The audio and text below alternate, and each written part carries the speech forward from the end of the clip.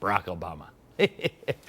It's an interview you won't see anyplace else. So in that sense, it is kind of an exclusive. No one else is putting this stuff together. Of course, they don't have to, because he'll just drop on by any time. You know, I keep hearing that people say, oh, Barack Obama, he ran as a centrist, but now he's governing, further to the left than anybody even expected. Really?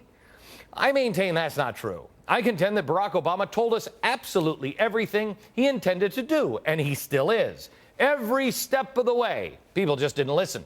They only heard what they wanted to hear. Well, do this before we start. Okay, it's working. Because we're about to give you another chance to hear him. Listen this time. Really hear Barack Obama in his own words. Ready? Have you done it? Ready. Let's get right to the health care debate. Much has been said now about a single-payer health care system. The president, he wants it, or he doesn't want it, or does he want it? I'm not really sure. Which is it? I have not said that I was a single-payer supporter because, frankly, we historically have had an employer-based system in this country with private insurers, and for us to transition to a system like that, I believe, would be too disruptive. Okay, I want to make sure I understand it. I'm not for it. I've never said that. Because, why? Because you don't believe in it? Or because the transition would be too disruptive? I'm not sure. But I do know a few years ago, President Obama said this to the AFL-CIO. I happen to be a proponent of a single-payer universal health care plan. A single-payer health care plan, universal health care plan. That's what I'd like to see. But transitioning right now may be, you see what I'm saying? It's kind of like the old game, what's the definition of is? Well, I thought we all knew, but apparently not. Sounds pretty clear to me, if I may quote again, I happen to be a proponent of the single-payer health care plan. A single-payer health care plan, universal health care. I know, that's hard to understand unless you've done this. What? And it's kind of difficult to reconcile unless you listen. It makes it even harder when you hear what others around him and in the White House and congressmen, key advisors and special interests have also said about single-payer health. I think if we get a good public option, it could lead to single payer, and that's the best way to reach single payer. And next to me was a guy from the insurance company who then argued against the public health insurance option, saying it wouldn't let private insurance compete, that a public option will put the private insurance industry out of business and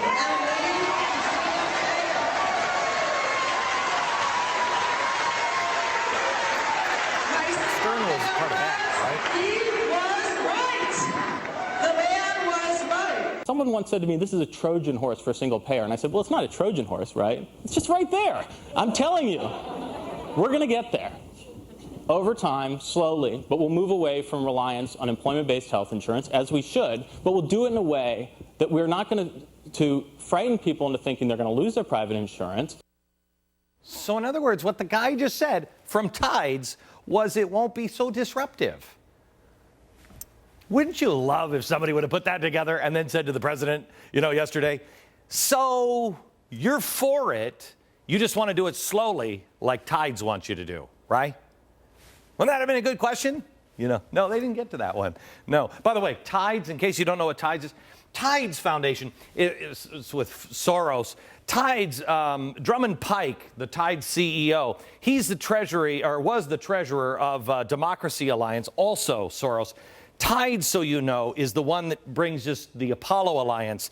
The Appollo Alliance, that's the one that wrote the stimulus bill. Oh, Van Jones is on the Apollo Alliance board. Oh, Jeff Jones. Do we have that great picture of Jeff Jones? Can you just put that up there? In case you haven't seen Jeff Jones. Yeah, I love this. We got his fingerprints, too, only because his organization that he started in the 60s was bombing the Pentagon. But forget about all of that. He's with the Apollo Alliance. The Apollo Alliance, okay. Oh, look, it's Acorn. Acorn founder Maid Rathke. It's former chairman of Tide Center. That's weird. Rathke was on the Tides board. Acorn, Tides, Apollo, Van Jones, Jeff Jones, Weather Underground. Uh-oh. But the good news is there's no funny business going on here. Soros gives money to Healthcare for America Now, which is weird because the two organizations that are doing that are Acorn and SEIU. We already know about Acorn. Of course, the president, gosh darn it, he didn't know a thing about Acorn.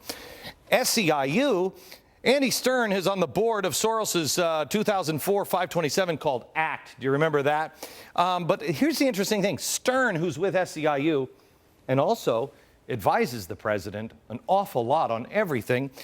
Andy Stern, his wife, was the founder of the Blue-Green Group, which, oh my gosh, turned into the Apollo Alliance. Wow, it's almost like these three are all connected. It's almost like it's like this. Isn't that weird? Who would have thunk that? Maybe somebody should have asked the president that question.